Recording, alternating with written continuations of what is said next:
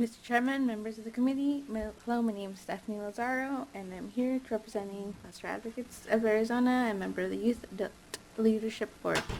I aged out of Arizona foster care at 18. I am now 20 years old, a student at Scottsdale Community College, an employee at Starbucks, and married with 2 children.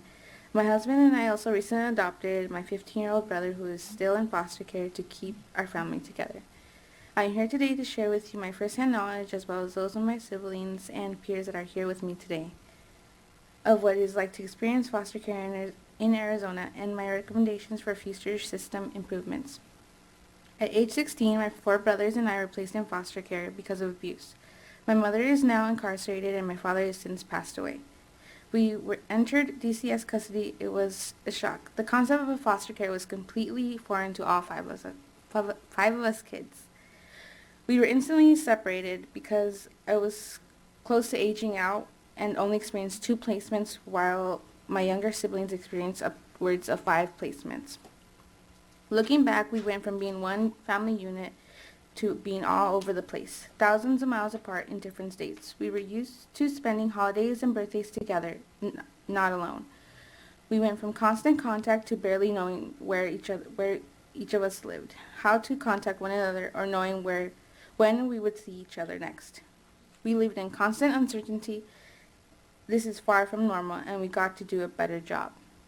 My first recommendation is to implement a screening and matching process that helps us succeed in stable, supportive foster care placements.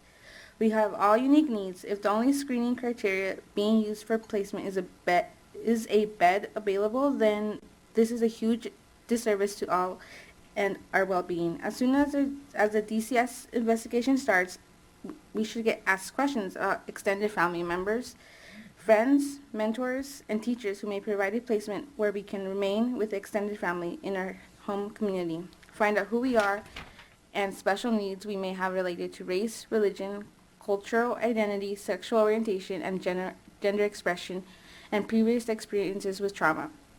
Identifying placements first based on these criteria will help keep us safe and stable from the beginning. My second recommendation is to keep siblings together in placement whenever possible.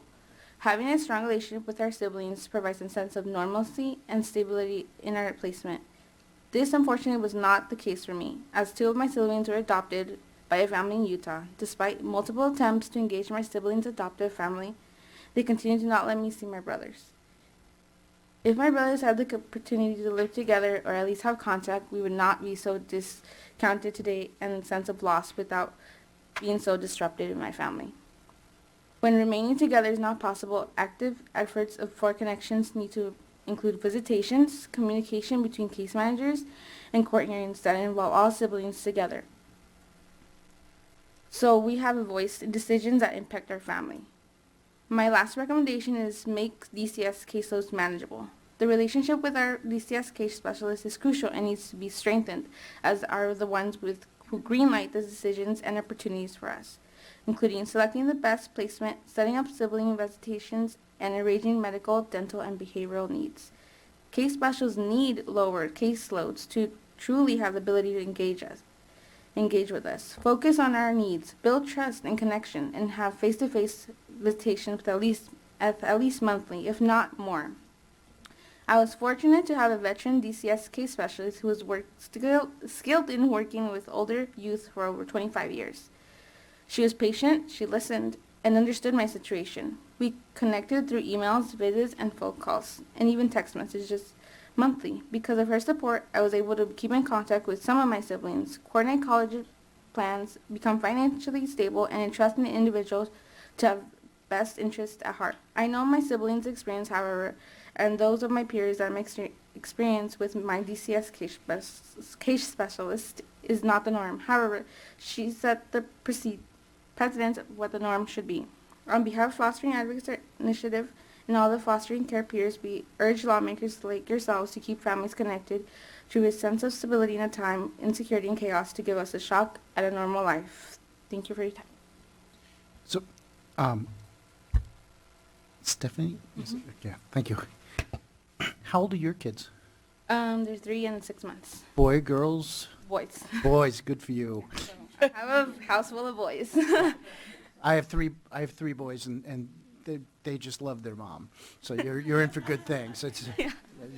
You think you're raising a posse. That's what dads think, and really what they're doing is raising a bunch of kids who love their mother more than them. And your brother, how long has he been with you now? It's a year now. A year now. And how's he doing? Good.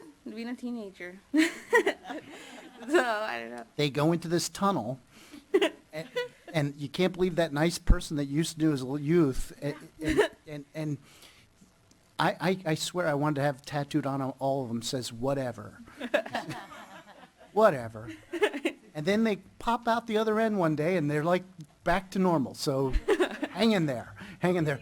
But you shouldn't have to go through adolescence with an adolescent child in your 20s. Yeah. Because you're still young enough to want to kill them.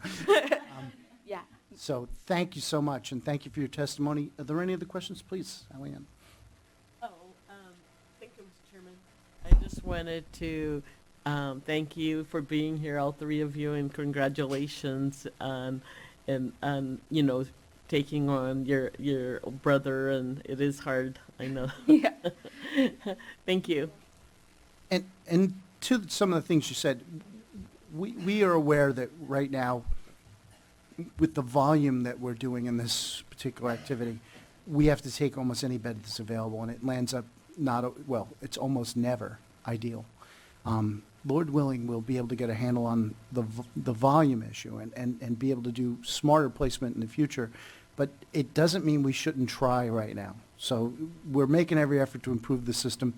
But that effort's been going on a long time, and the system continues to seem to get more difficult. So you have my assurances that we're working on it.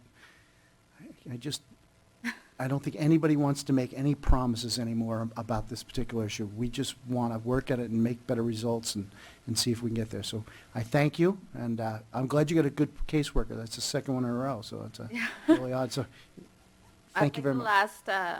The last use that she got, so I was really, really happy about that. She retired after that? Yeah. Oh. She was ready. She ended on a high note.